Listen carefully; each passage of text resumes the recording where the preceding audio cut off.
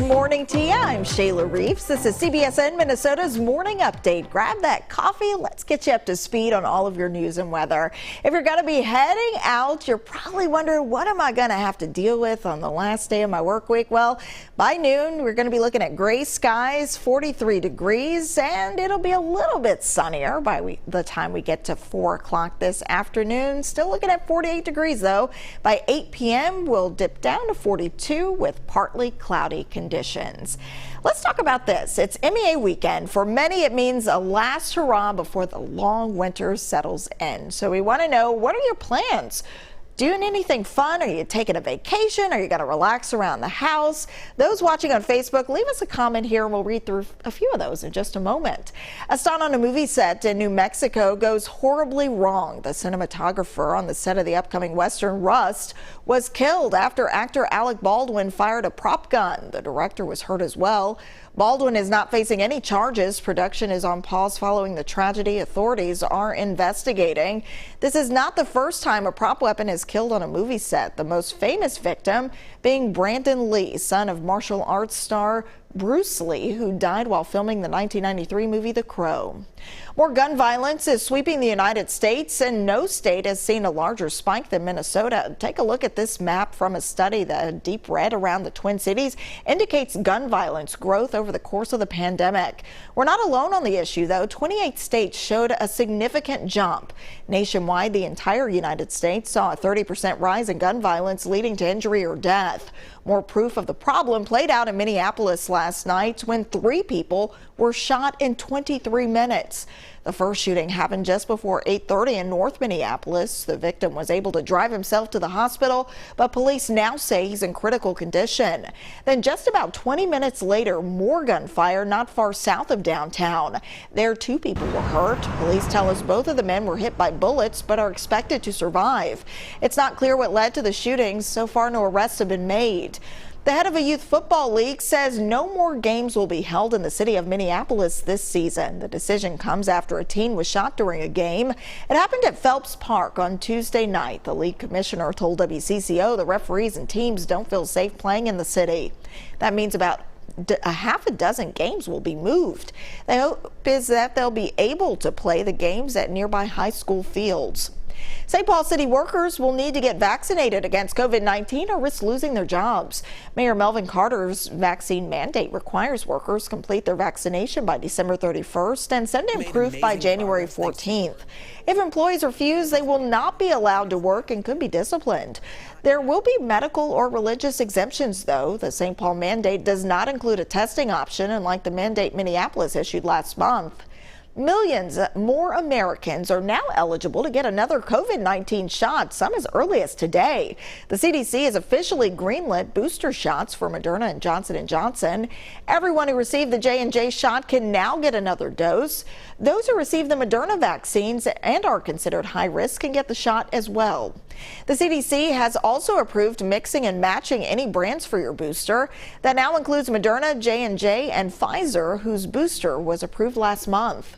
If you need a COVID test and the results quick, there are more options starting today. The state is opening 2 more rapid testing sites. You can find them in Duluth and in Brooklyn Park. These are in addition to the other 5 sites just opened in Stillwater, St. Paul, Crookston, Hutchinson, and Moorhead.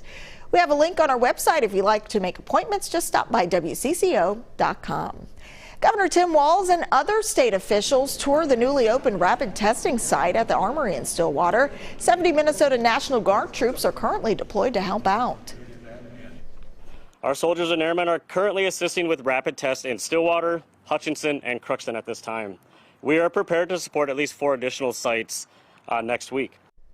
The Minnesota Health Department just reported the first student death from COVID-19 this school year, as well as 5 school staff deaths since the start of the school year, but case numbers are declining. Infection rate peaked a month ago at nearly 3,000 with Minnesota schools, according to the Department of Health. Last week, there were fewer than 1,000 cases reported, but the state health and education departments, as well as infectious disease specialists, are treading lightly over this improvement.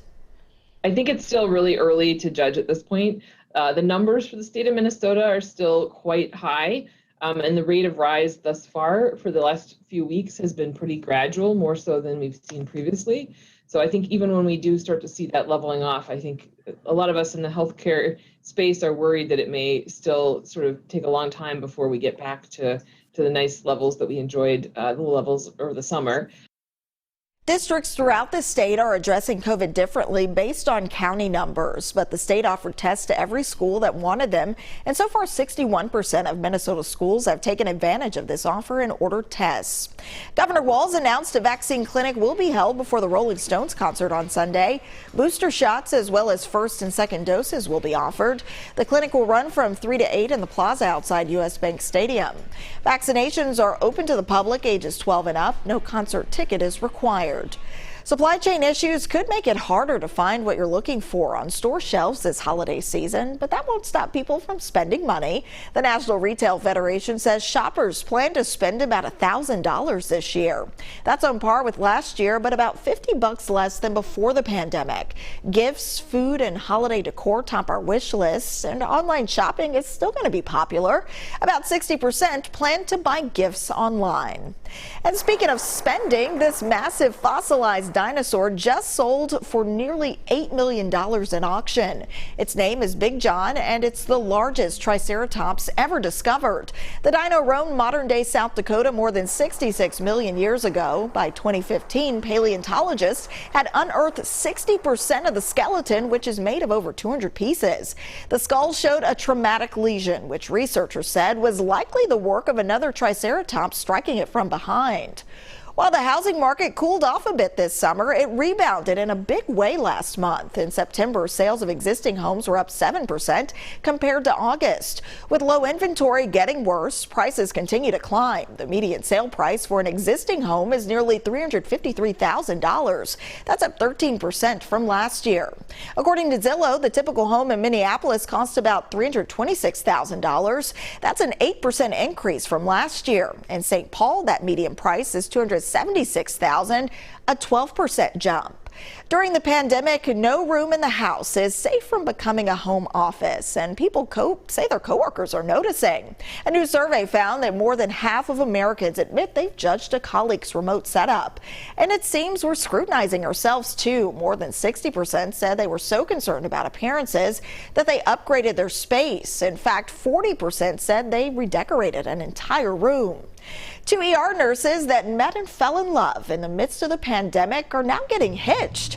And the world is falling in love with this special moment. Kelsey is pushing this cart out onto the helipad thinking she's there to pick up a patient. Then her boyfriend Jacob gets out, goes down on one knee. He proposes and says this is the proposal he's been dreaming about for years.